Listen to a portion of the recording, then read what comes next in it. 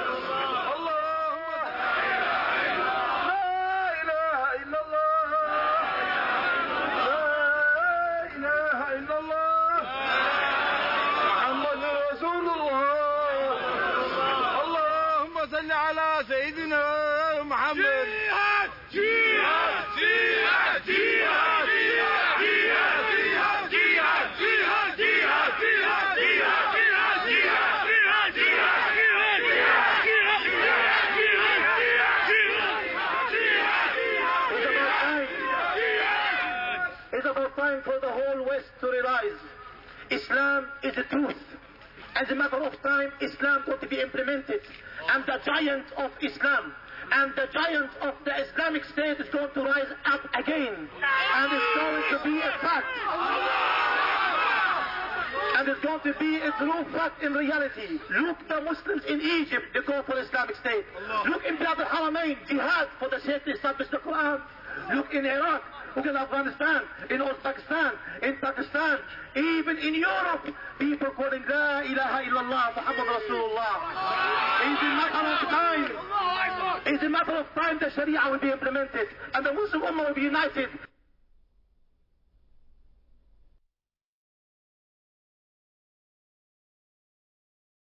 The most important thing that the West needs to know about Islam today is that it has a political character, and that it is not simply a religion, but it is a religion or a belief system that mandates warfare against unbelievers for the purpose of establishing a societal model that is absolutely incompatible with Western society.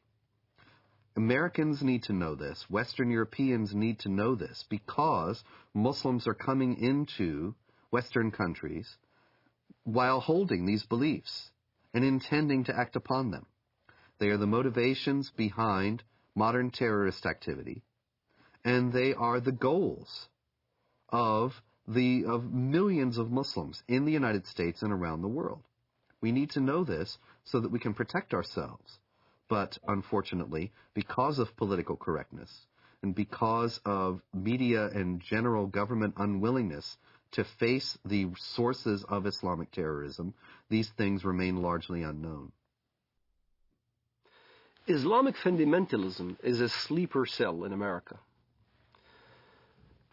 A good point, a good case in point, is the story of Saladin. Saladin is a great hero in Islam. Saladin was the one who defeated the Crusades. There was a treaty that's supposed to be happening between the Crusades and Saladin. And the story goes as follows. The Arab mediator came to Saladin and said, the Quran says that if they concede to peace, then concede to it. Which means that if the enemy wants peace, let's have peace. Which is a verse you can find directly in the Quran. And Saladin responded with a great answer when he stated to the guy, you are an Arab and I'm a Kurd. You should know the Quran better than I. Don't forget, the Quran also says, why should we concede for peace when we have the upper hand? So you find both verses in the Quran. Peace, you concede to peace when you are the weaker party. This is why you hear the term Hudna. Hudna is a peace treaty, ceasefire. In Iraq, Sadr asked for Hudna because he knew he can't defeat the Americans. You have Hudnas all over when the enemy is stronger than you are. But as soon as you gain strength, then you don't concede for peace. This is why the face of Islamic fundamentalism in the West has a facade that Islam is a peaceful religion, because they are waiting to have more Islamic immigrants, they're waiting to increase in number, waiting to increase in political power, and once they do, then look out. You'll see the real face of Islamic fundamentalism here in America.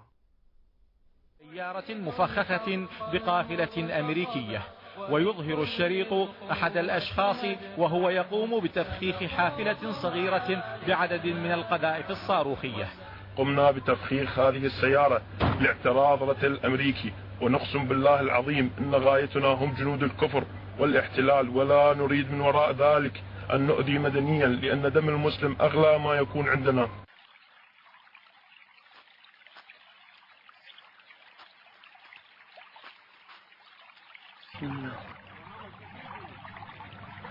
الله أكبر، الله أكبر، الله أكبر، الله أكبر، الله أكبر.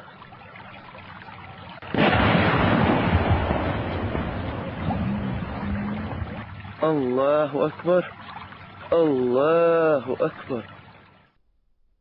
It's unfortunate, but there is no negotiating with the jihadists. There is no striking a deal with them. Islamic law is very clear on that, and here once again is an example. We need to take Islam seriously. Islamic law does not allow for treaties. It does not allow for negotiated settlements between Muslim states and non-Muslim states. All it allows for is a temporary period of up to 10 years of hudna, or what is commonly translated as truce, to allow the Islamic forces to gather their strength. But that's not the same as peace as we know it. That's not the same as the absence of a state of war. That's only a temporary lull in a war that the jihadists consider has gone on for 14 centuries and are willing to fight for 14 more. So when you meet in fight, jihad in Allah's cause, those who disbelieve, smite at their necks, till when you have killed and wounded many of them, then bind a bond firmly on them, take them as captives. Thus you are ordered by Allah to continue in carrying out jihad against the disbelievers till they embrace Islam, are saved from the punishment in the hellfire, or at least come under your protection. But if it had been Allah's will, He Himself could certainly have punished them without you. But He lets you fight in order to test you, some with others. But those who are killed in the way of Allah, He will never let their deeds be lost.